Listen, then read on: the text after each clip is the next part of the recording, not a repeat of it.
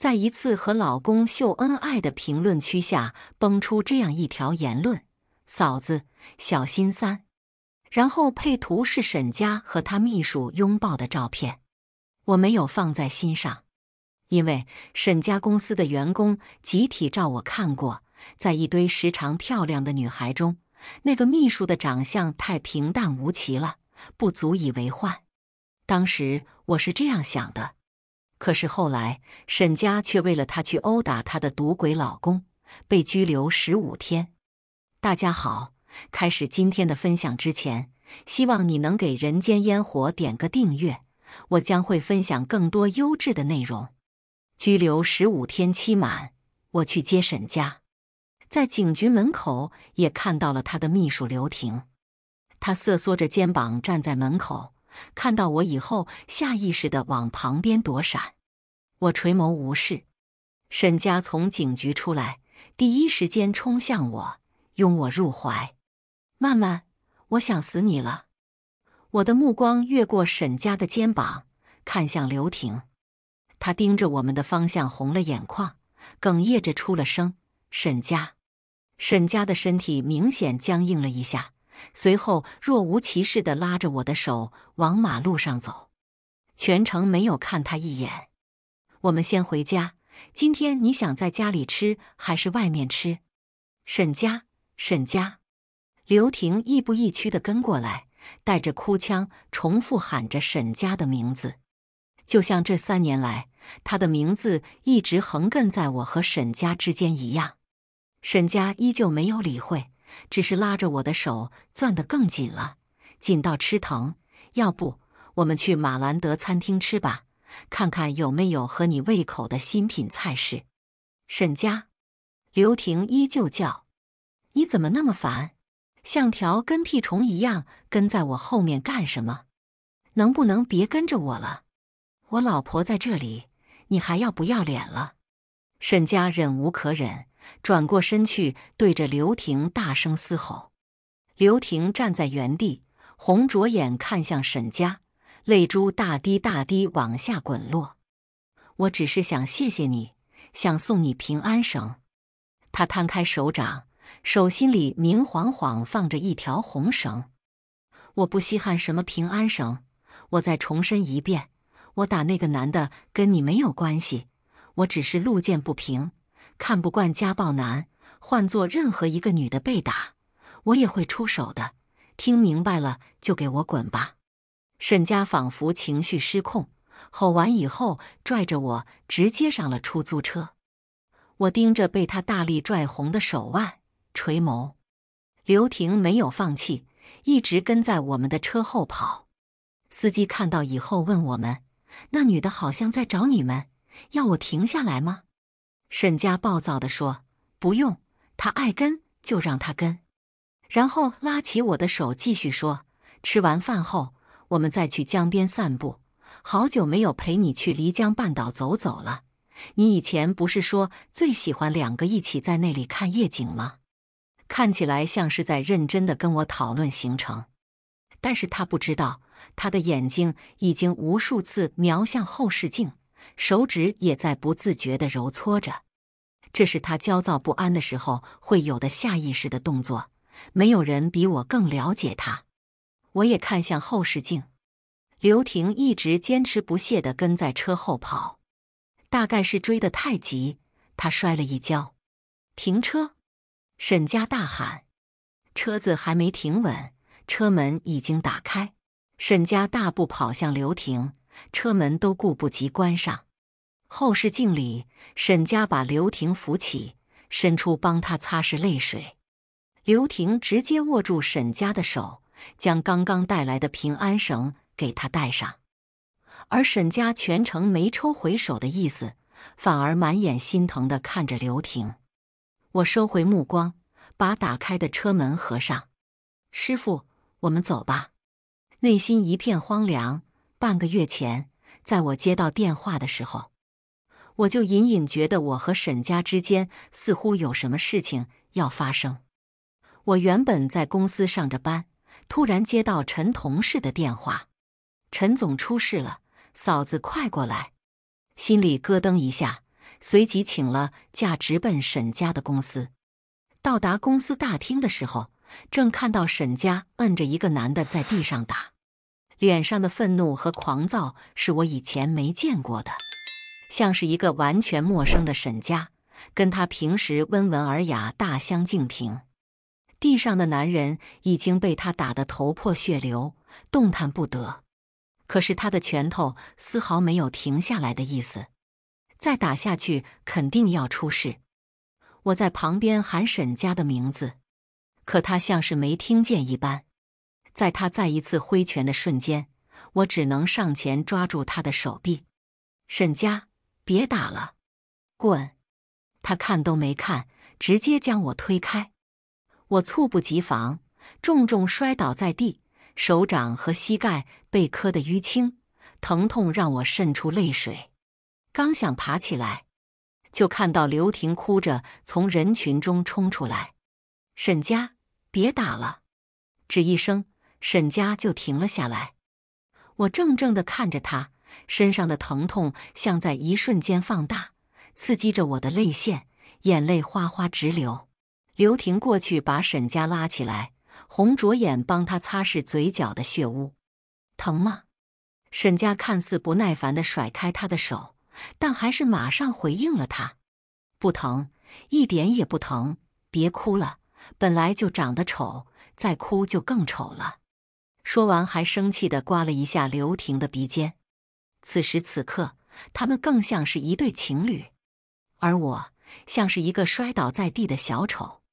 心底的凉意和不安在扩散。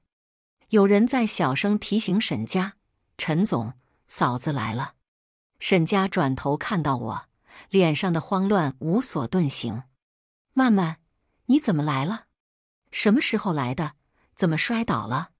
疼不疼？”我突然很想笑，可笑着笑着，眼泪流得更凶了。以前不管沈家怎么失控，但只要我出现，他都会听我的话，安静下来。他曾附在我耳边说过：“曼曼，我冲动的时候，谁的声音我都听不进去同，唯有你的声音能让我冷静下来。”他说：“你就是我的定心丸。”可现在呢？现在那个人怎么会变成刘婷？一个他在我面前嫌弃了3年的女人。没见过这么笨的人，一点小事都做不好。长得丑就算了，还不会打扮，太影响公司形象了。迟早我要把他辞了，再招一个新助理。刘婷是跟了沈家3年的助理，招她进来的第1年，我和沈家刚订婚，而刘婷当时有是男朋友的。第1年，我总是听到沈家骂她，连个简单的数据表格都做不好，真不知道学历怎么混到手的。我提醒他很多次了，出去见客户时稍微打扮一下，维护一下公司的形象。本来就长得一般，还不化妆，真是丢人。我再也受不了这么的助理了，明天我就叫人事部解雇他，重新给我招一个。可刘婷却一直都在。第2年，我和沈家正式结婚。婚礼那天，刘婷并未在邀请名单上。婚礼结束后，沈家正在洗澡，我无意看到他放在桌面上的手机，弹出一条短信：“陈总，我今天跟他分手了。”我皱了下眉，搞不懂现在的助理，私人感情方面也要跟上司报备的吗？而且偏偏选在我和沈家结婚的这天。沈家洗完澡出来，我拿着手机问他：“刘婷跟她男朋友分手，为什么要跟你说？”沈家也显得很无语。我怎么知道？这人怕是有毛病。他把手机拿过去看了一眼后，嫌弃地丢在一边。人长得一般就算了，找个男的还不咋地，天天就知道泼他，还经常家暴，上个班都魂不守舍。看他那么嫌弃的语气，我当时也没将刘婷放在心上。但事情好像悄悄发生的变化，就在刘婷入职的第3年。某一天晚上，我在微博上发了一张和沈佳一起在漓江半岛牵手散步的照片。附文：执子之手，与子偕老。下面评论区立即蹦出一条言论：嫂子，小心3。配图是沈佳拥抱刘婷的照片。我看过沈佳公司的员工合体照，刘婷在众多漂亮时尚的女孩里，算是最普通的一个，素面朝天，脸色暗黄。与沈佳相爱多年，她不是没人觊觎过。高校毕业，长得高大俊朗，还有一份体面的工作。追她的人不乏颜值高、气质好的，她都没放在心上。坚决地拒绝了他们之后，她还要抱着我拍张照发朋友圈，还是我老婆最好，以表真心。当然，我自身条件也不差，985毕业，有着与她相匹配的工作和外貌，所以我想她是不可能看上刘婷的。而且在这之前，沈佳也跟我报备过，他们是公司团建完真心话大冒险，可能输了给出的惩罚。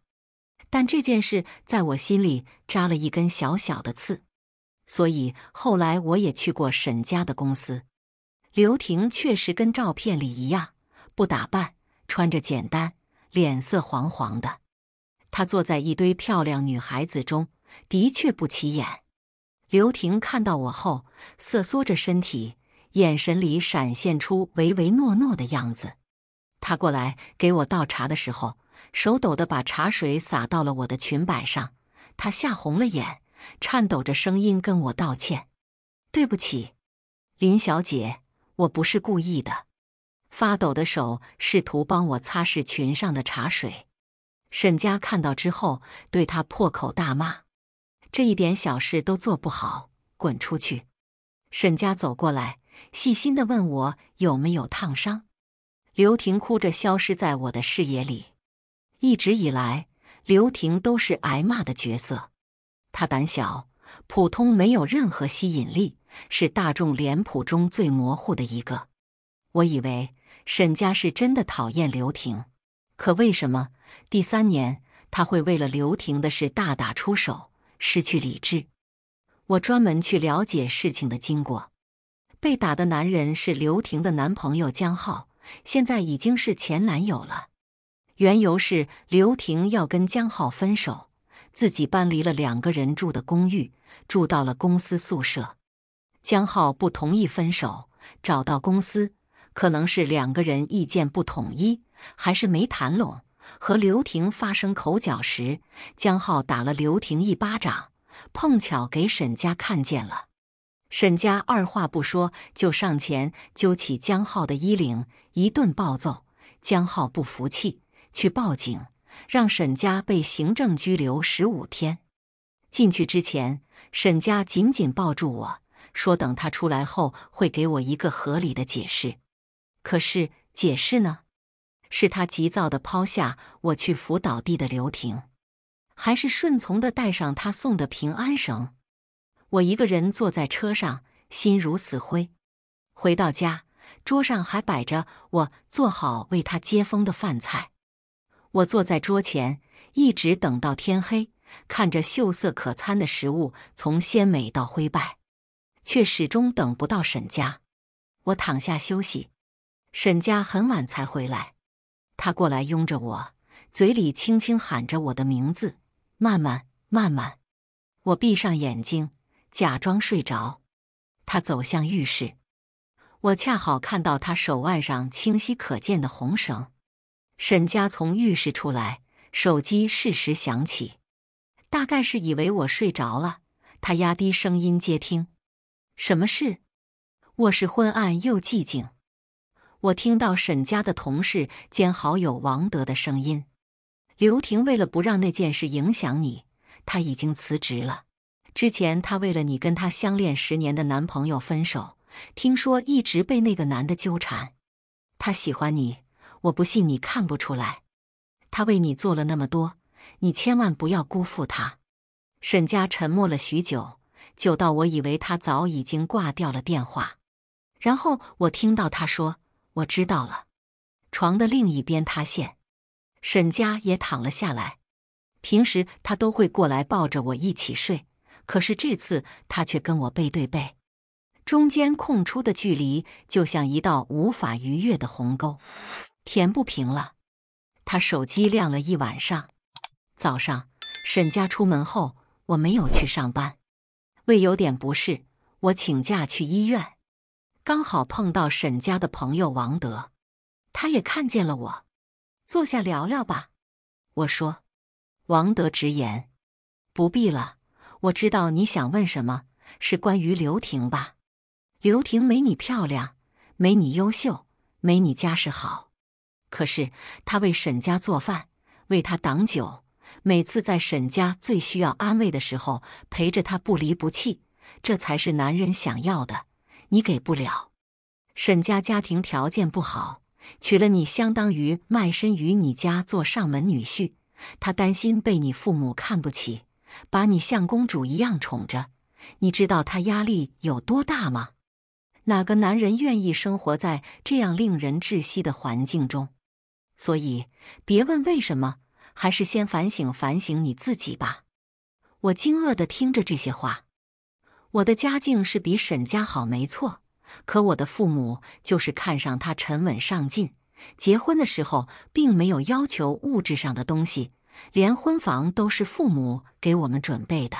后来还在工作上给了沈家很大的支持和帮助，可以说他有今日的成就，少不了我父母在幕后的推助。可是现在他抱怨这些都是压力。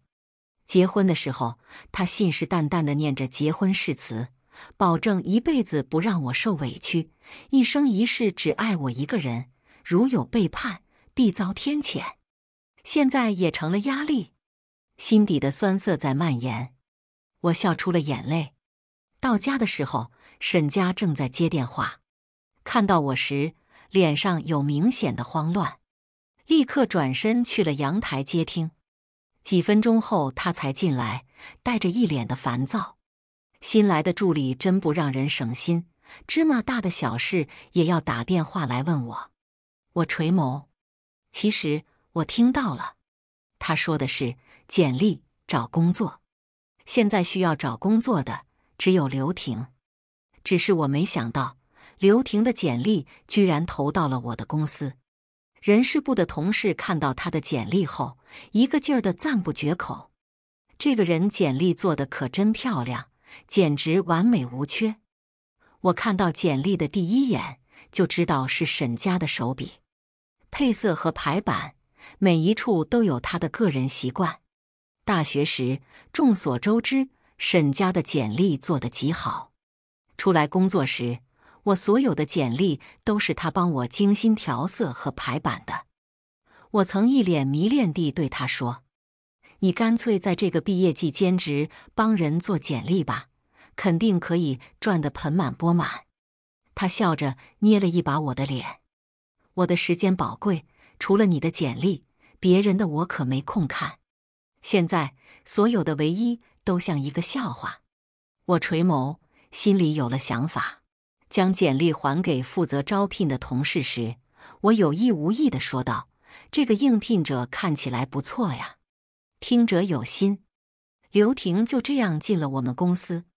她依旧素面朝天，脸色暗黄，穿着普通的白色短 T 恤配洗得发白的牛仔帘，手腕上也戴着和沈家一样的红色平安绳。看到我的时候，她并没有意外，相反，还非常自然地跟我打招呼：“你好，林小姐。”我看了她一眼，没搭话。茶水间里，除了我和刘婷，还有平时热衷给人做媒的兰姐。小刘还没有男朋友吧？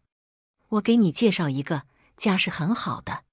刘婷吞吞吐吐地想说不要。看到我进来，她眼神突然变了，态度也变了，笑着答应下来。好的，兰姐，可以见一见的。滚烫的开水从杯口溢出，我却没有察觉。小心烫。林小姐说着关心的话，她的脸上却有几分挑衅的意味。晚上吃饭的时候，沈家一边吃一边看着手机，心不在焉。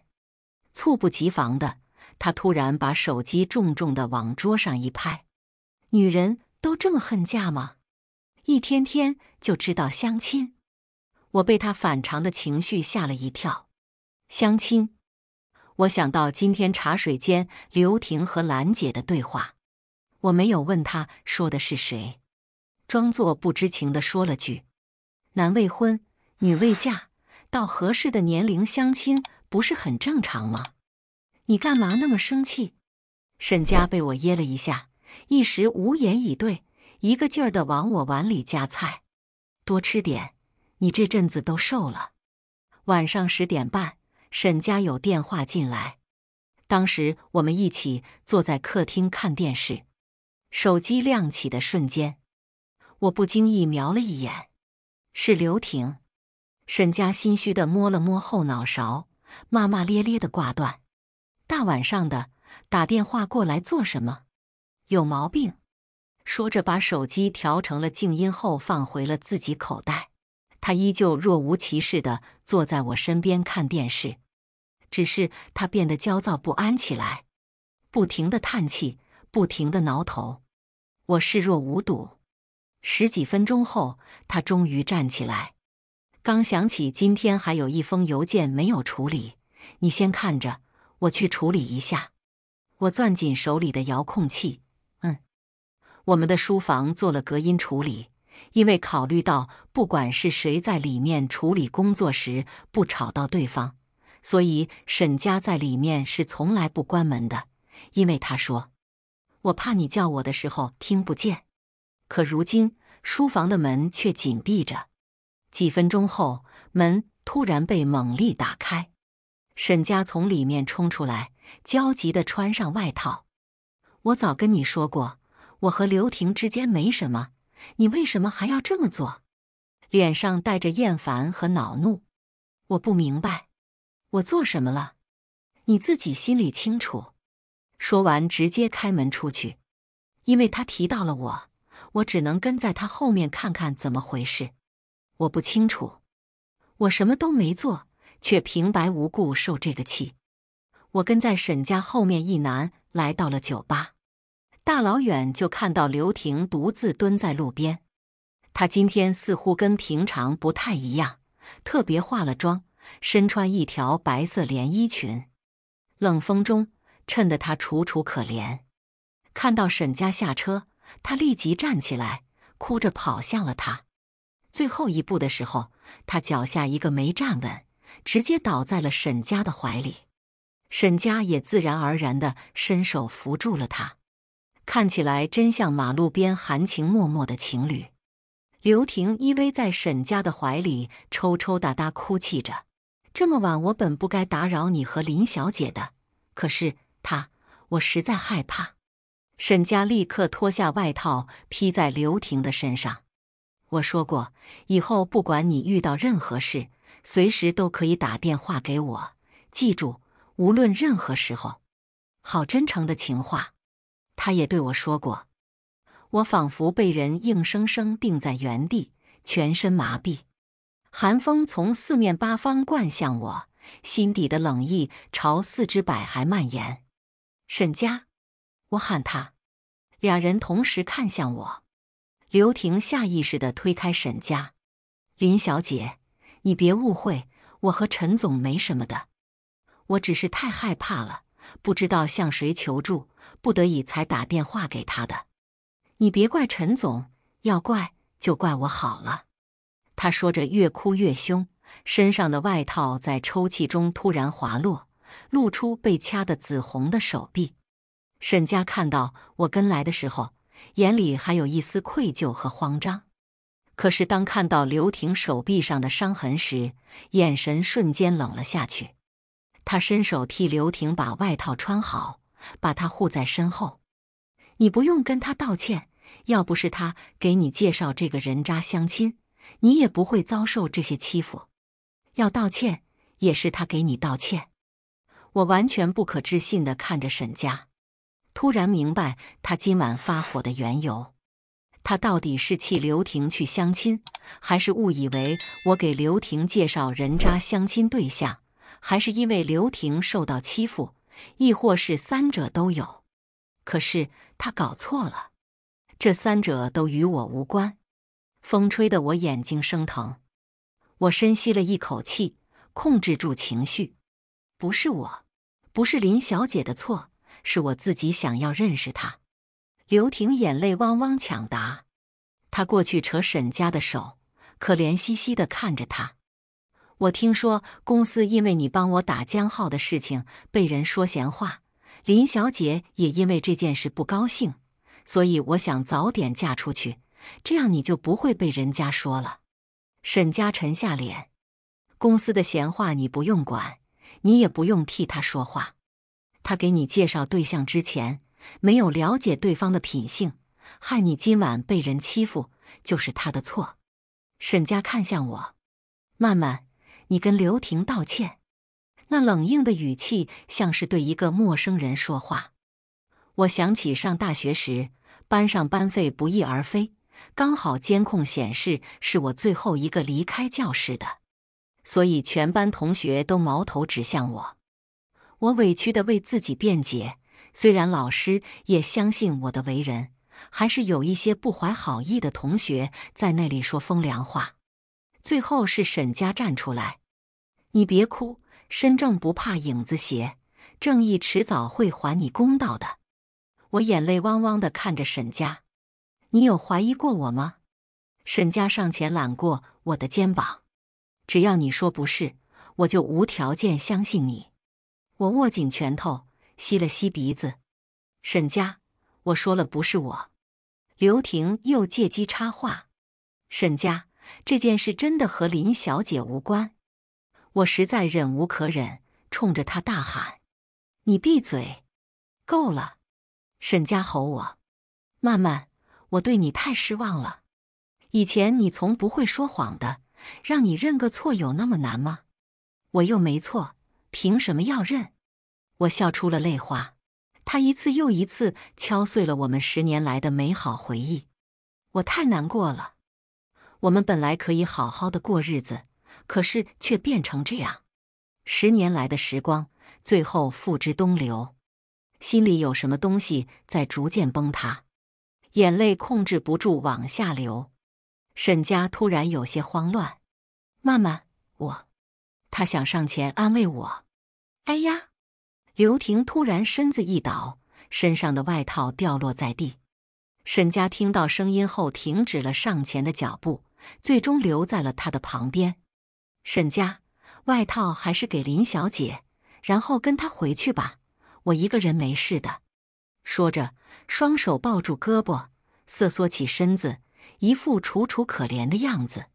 沈家看了我一眼，最后还是把外套重新披在刘婷的身上。没关系，我既然来了，就会送你回去。他转头跟我说，你自己先回去冷静一下，我晚点再回去。我看着刘婷坐上了副驾驶，车子在我面前缓缓启动。车窗摇下的瞬间，我看到刘婷对我露出一抹微笑，那笑里藏着一根根绵密的细针，直击我的心窝。我在原地愣了许久，直到眼泪被风吹干，将破碎不堪的心慢慢拾起，重建，直至坚硬。这种倒胃口的感情，我不会再留，但我也不会就此成全他们。渣男和渣女不配得到圆满。一个清晰的计划在我脑海搭建完成，我确信我不会输。今天来上班的刘婷跟平时很不一样，她满脸得意，嘴角带着幸福的笑意。更重要的是，她今天化了妆，还穿了一条粉色无袖高领裙，显得妩媚生姿。果然，有爱情滋润的女人就是不一样。因为变化太大，同事们都打趣她是不是好事将近了。她一脸娇羞的笑笑，没有回避，更没有否认。脱下外套的瞬间，一条精致的项链裸露在外，大家惊呼：这一定不便宜吧？刘婷一脸得意：不是我买的，是人家送的。我瞥了一眼就认出，那不是上个月沈家带我去珠宝行定制的限量款吗？谁那么大手笔，送这么昂贵的礼物？肯定是奔着结婚去的。一个晚上，他的变化确实大，不再唯唯诺诺、胆小怕事，那炫耀的嘴脸仿佛胜券在握。茶水间的人陆续离开，只剩我跟他。他向我走过来：“林小姐，需要帮忙吗？”我垂眸：“不需要。”他又凑近一点：“对不起，昨晚沈家送我回去的时候，刚好家里的水管又坏了，他帮我修了好久才修好，起身才发现已经到深夜了，所以我就留他在我那过夜了。你不会生气吧？”他试探性地歪着头看了我一眼。但是林小姐，你放心，我跟沈家没什么的，他昨晚睡的客厅，我们什么也没有发生。要抢吗？我说。什么？刘婷愣住。要抢沈家吗？我定定地看着他，认真重复了一遍。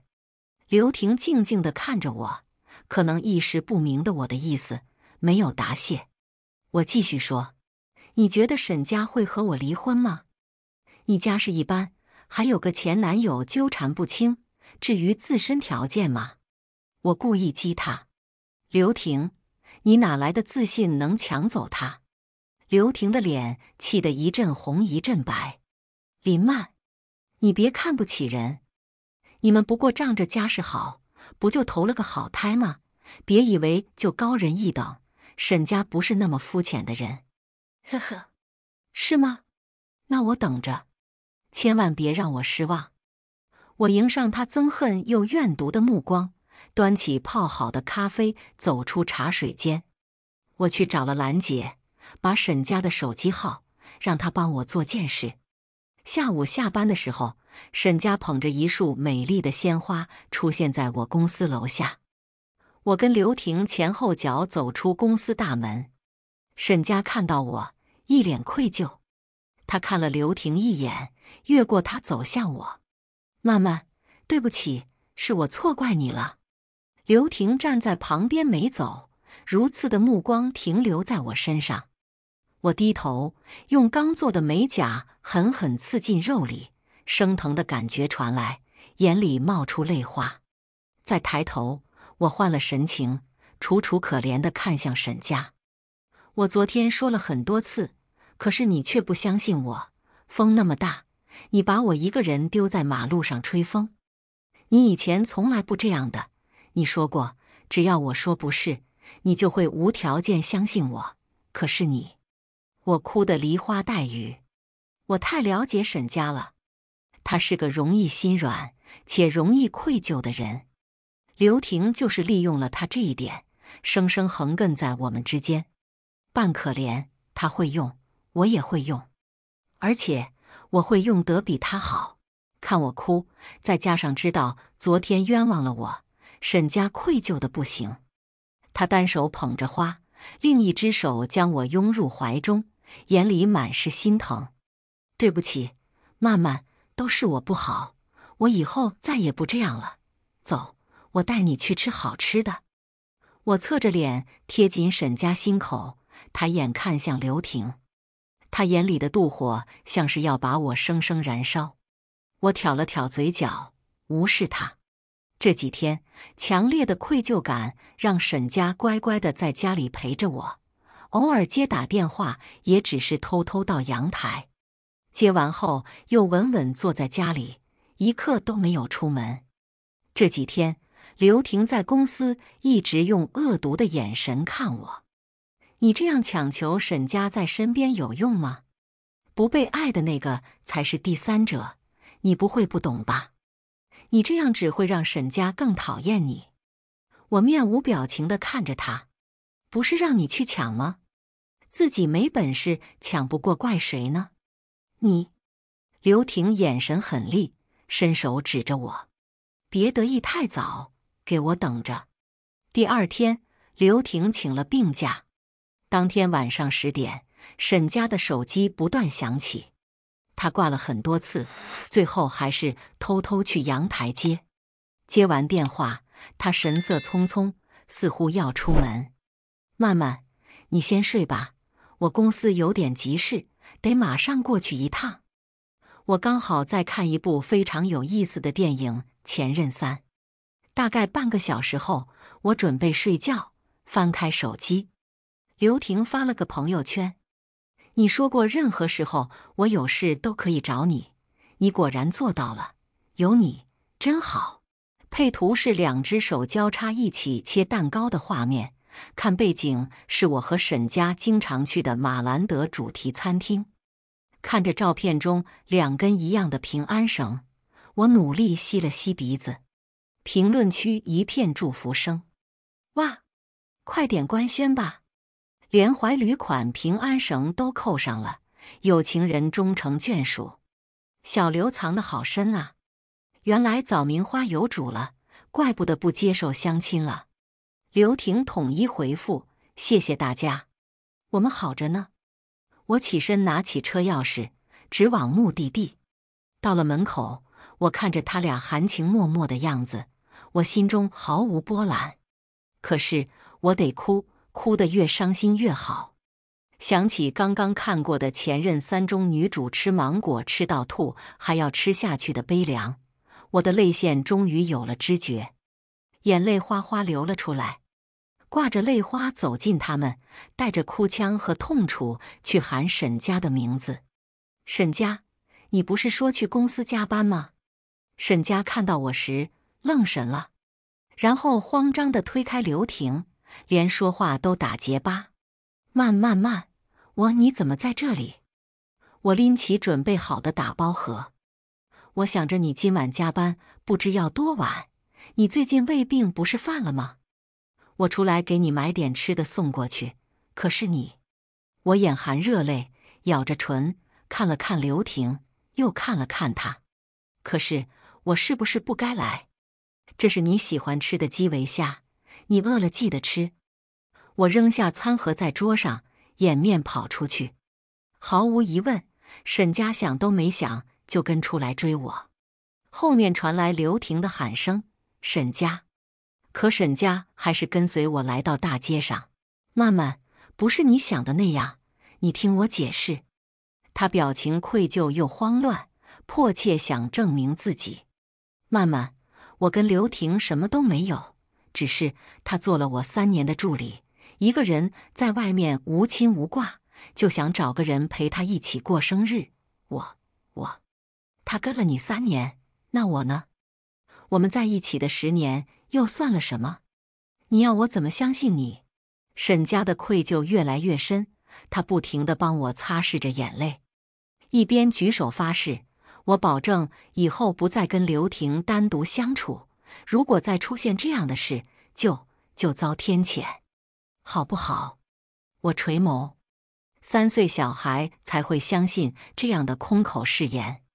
我要的不是这个，但我还是装作心软。你以后不许再骗我。都已经听到这里了，记得给人间烟火点个订阅吧，制作不易，我们故事继续。这一晚，沈家没有留下陪刘婷，而是跟我一起回了家。这一次把刘婷气得不轻。在公司，她恨毒了我，不时给我使绊子，任何场合碰到都针对我。同事们都挺好奇，怎么昔日里温柔腼腆的刘婷变化那么大，变得没有风度，爱计较，爱摆黑脸。我轻飘飘说道：或许这才是人之本性呢。他终于怒了，当着众人的面推掉了我桌上的文件。林曼曼，你凭什么不让沈家见我？他在情绪不好的时候是我陪着他，在他应酬不过来的时候是我替他挡的酒，给他做饭洗衣的人是我，他喜欢的人是我，你没有资格拦着他追求自己喜欢的人。众人一脸惊讶地看向我们，他们第一次发现，原来做小三可以那么理直气壮。我指着地上散落的文件，让他立刻马上给我放回原位，不然这个公司怕是没有他的主席之位了。就凭我是他的合法妻子。刘婷被当场噎住，转而又一脸挑衅：“哼，男人是你的，难不成公司也是你的吗？管得真宽。呵，还真是。这家子公司就是我哥爸名下的，也就是沈家所在公司的分支。他跟了沈家3年，连这个都不知道，确实如沈家说的，真是废物。不过沈家肯定也不会让他知道，怕他跟我有什么交集。”众人开始对着他指指点点，流芳蜚语就像一把利剑，比寥寥几句话有用多了。刘婷脸上一阵红一阵白，垂着头愤恨地走开。之后，刘婷像是疯了一样，班也不按时上了，天天就跑到沈家公司楼下去等他。沈家拒绝见他，他又跑到我们小区楼下等。他站在我们家阳台下方，坚持不懈地给沈家打电话、发信息：“沈家，你下来见我一面吧，我真的很喜欢你。沈家，下面好冷，我快坚持不住了。沈家，我好想你，我好像要撑不住了。”沈家当着我的面不敢接电话，看到是他就挂掉，信息我不知道回没回。不过看他坐立不安的样子，我突然想笑。男人没这个本事，非要搞外遇，把自己搞得焦头烂额、精疲力竭，活该。终于在一个暴风雨的晚上，刘婷还是没走。我站在房间的落地窗，看到他站在下面淋了个落汤鸡。出来时刚好看到沈家从阳台进来，看到我，他急匆匆的样子。下雨了，我看看阳台有没有衣服要收。他终于还是忍不住了。阳台的位置可以看到刘婷的位置，我没有拆穿。随着雨势越来越大，沈家在客厅来回的踱步，像是热锅上的蚂蚁，焦躁不安。刘婷依旧发着信息：“沈家，雨下得好大，我全身都湿透了，我好冷啊，我真的很需要你。沈家，打雷了，我好害怕，你能下来陪陪我吗？今天是我妈妈的忌日，我真的好伤心。”晚上11点，我睡下，沈家小心翼翼地回房，轻轻喊我的名字：“曼曼，曼曼。”我知道他在试探我是否睡着。如他所愿，我装睡的功夫一流。沈家蹑手蹑脚地开门，我听到玄关处传来啪嗒声，是伞掉落的声音。他是真急。随后是关门声。我缓缓起身，继续站到落地窗前，看着沈家奔向刘婷。刘婷一看到沈家，迫不及待地勾住他吻了下去。刚开始沈家还没有接受，最后却沦陷了。雨夜，路灯下，吻，多浪漫。我平静地看着。沈家一晚上都没有回来，我也一晚上没睡。刘婷先是在凌晨12点多发了条朋友圈：“迟来的爱也是爱，妈妈在九泉之下可以放心了，因为我身边有了可了托付的人。”配图是2只相互交叉的手，同样的平安节，鲜亮刺眼。我大方点了个赞。我想起前阵子我和沈家一起在漓江半岛散步时，十指交叉的时候，执子之手，不能与之偕老，终究是要散了。早上6点，刘婷直接给我发来一张照片，她和沈家在一起。本来我以为自己足够平静，看到沈家酣睡的样子，某一处还是疼了一下，胃里突然泛起一阵恶心，跑到卫生间吐了个痛快，脏了我的眼。吐干净后，我发信息给发小鞍山，可以收网了。我去了鞍山家，他是唯一一个知道我要做什么，却又无条件支持我的人。因为这件事需要他的帮忙，才不会让沈家起疑。沈家在门外苦等3个小时了。鞍山，让我进去跟曼曼解释好吗？昨晚我只是想给刘婷送一把伞，后来发现她全身都湿透了，就想着送他回去换衣服，然后他又哭着说昨天是他母亲的忌日，一个人好孤单，我就陪他喝了点酒，没想到我不是有意的，你知道我根本看不上他，长得丑，身材还不好，把他晾得差不多了，我才让鞍山开门见他。离婚吧，沈家。我直说。沈家想都没想就摇头。不可能，曼曼，我不会跟你离婚的。你相信我，昨晚的事情只是个意外，我不喜欢刘婷的，以前没有，现在没有，以后也不可能。他的反应在我意料之中，我太了解他了。他只会一次又一次的愧疚，不会改，更不会承认自己在感情里的不忠。况且，通过我垂手可得的一切优厚条件，他怎么舍得放弃？没关系，离婚也不是我这一步的计划。你上次才发过是不会单独和刘婷见面，你昨晚做了什么？半夜醒来，发现你不在，我还以为你出了什么事，打你电话也不接，发信息也不回。我担心了你一晚上，结果你呢？躺在刘婷的身边。沈家，你骗了我3次，还叫我怎么相信你？沈家迫切想得到我的原谅。曼曼，你再相信我一次，我以后再也不这样了。只要不离婚，你让我做什么都可以。我垂眸不答。鞍山会议拿出一份婚内财产协议，用话逼他，说什么都没用，空口无凭。除非你签了这份协议，不然我不会让曼曼跟你回去的。你知道我是干什么的？鞍山眼神犀利，他是专门帮人打离婚官司的，业内名声大噪。这份婚内协议里清清楚楚罗列出了财产归属。如果我跟沈家离婚，所有财产和公司股份归我，他相当于净身出户。此时此刻，沈家迫切想留住我，也因为愧疚感被放大，想要补偿我。他顾不上许多，只要不离婚，什么都好说。而且只要不离婚，这份协议就不会生效。他是铁定不会离婚的，所以毫不犹豫在协议上签了名。而刘婷，她在公司春风得意，完全不顾大家对她的非议，反而有种小三上位的炫耀。我前脚刚到茶水间，她后脚就跟过来。照片拍得不是很好了，你凑合着看吧。我早就说过，沈家喜欢的人是我，让你跟我争，有你哭的日子，趁早离婚吧，别再纠缠不属于自己的东西了。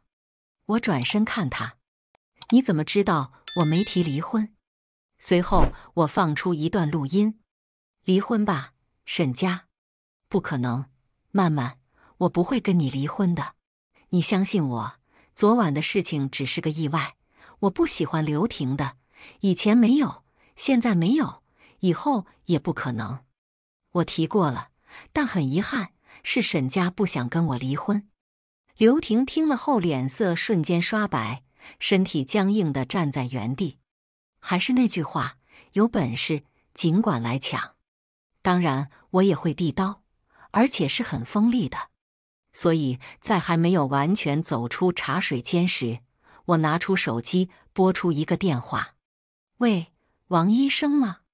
下周想跟您预约一下子宫手术，这么多年我还是没怀上，打算放弃了。刘婷的眼神瞬间急变。刘婷差不多消停了1个多月，这段时间她正常上下班，没有再来招惹我，也没有找沈家。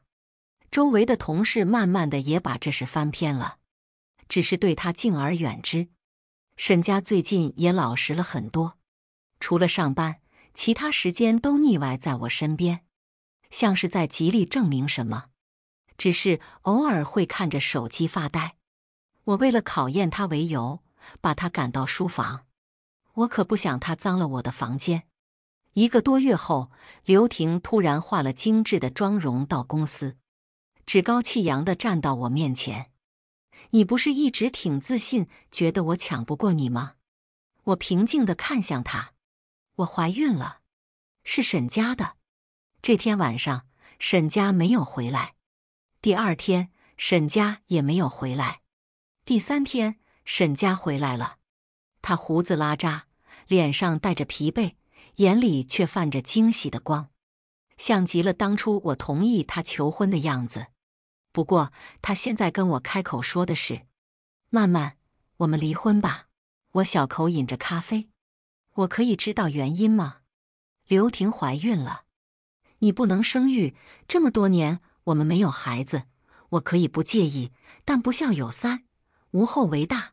我爸妈一直盼着我能有个自己的孩子，所有的财产都给你，我也认了，就当是给你的补偿。我垂眸藏下所有的情绪。好，我跟沈家很快办好了离婚手续，因为有人等不及了。第二天，刘婷就在朋友圈晒出她和沈家的结婚证。真爱永远不怕迟，我们终于在一起了。评论区下一片哗然。做小三上位还那么光荣，脸皮还真厚。知人知面不知心，原来是抢别人老公的小三。呸！也不乏小三专业户对刘婷的一脸羡慕。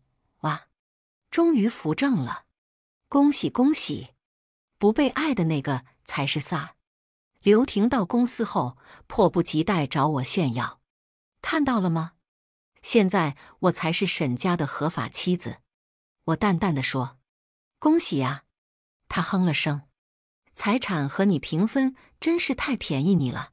不过，看在你不能生孩子的份上，我跟沈家就当施舍给你养老吧。”我淡声说：“谁说我不能生孩子？那天在茶水间，你自己说怀不上孩子，要做手术。”哦，笑笑不说话。又是谁跟你说财产平分的？刘婷愣了一下，什么意思？沈家为了你们的孩子宁愿净身出户，是不是很感动？哦，你还不知道，是我建议沈家先不要告诉你的，免得惊动了你肚子里的胎儿。刘婷听后班都不上了，直接跑回家找沈家对峙。听说他和沈家大吵了一架，逼着他要把钱从我这里拿回去。经过法律公证的，已经转到我名下的财产，怎么拿得回？